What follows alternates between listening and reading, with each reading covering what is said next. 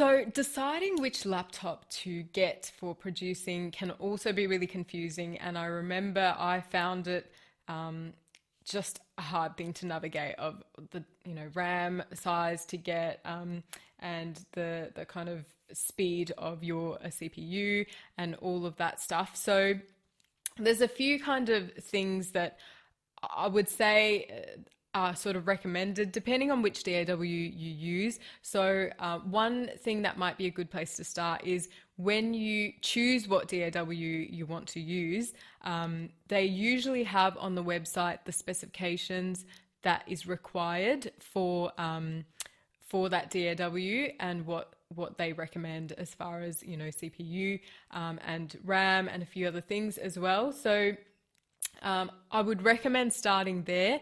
I've also got in the Getting Started guide that I've put a link to in the comments, my recommendations for specifications on a PC, because I found what was on the Ableton website, my PC actually matched that, but it still was seeming to have some trouble. So I got something a little bit higher in spec, which seemed to work well as well. So I won't go into detail about what those were because they were quite specific to Ableton and that PC that I had as well, which seemed to have some issues.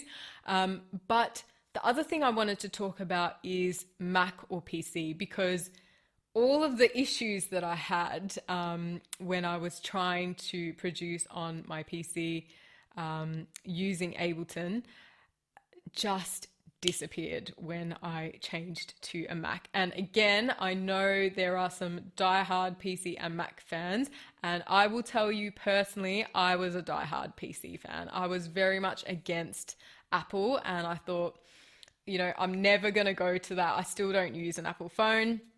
But I gave in because I was getting so sick of things dying, like just certain things not being compatible with the other things, and just wasting a lot of time in troubleshooting what was going on. And my laptop died a few times on stage. That can happen with a Mac as well, but it hasn't yet in using my Mac. But all of those things just disappeared and everything just worked as it was meant to work once I got a Mac. So, I think that sort of speaks for itself. And on the podcast that I run, so the MPW podcast, I have kind of spoken to some of our guests about what they would recommend. And everyone's a little bit iffy on kind of specifying which thing that they would recommend.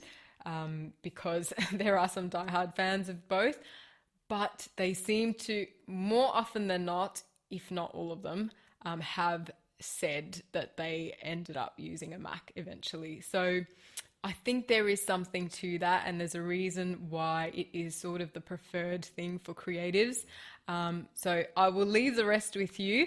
But again, in the comments, if you feel really strongly about either of the two, let me know why, and I'm curious to hear. So as always, if you found this video to be useful, please like and subscribe, and yeah, maybe see you in some of the future videos. Thanks.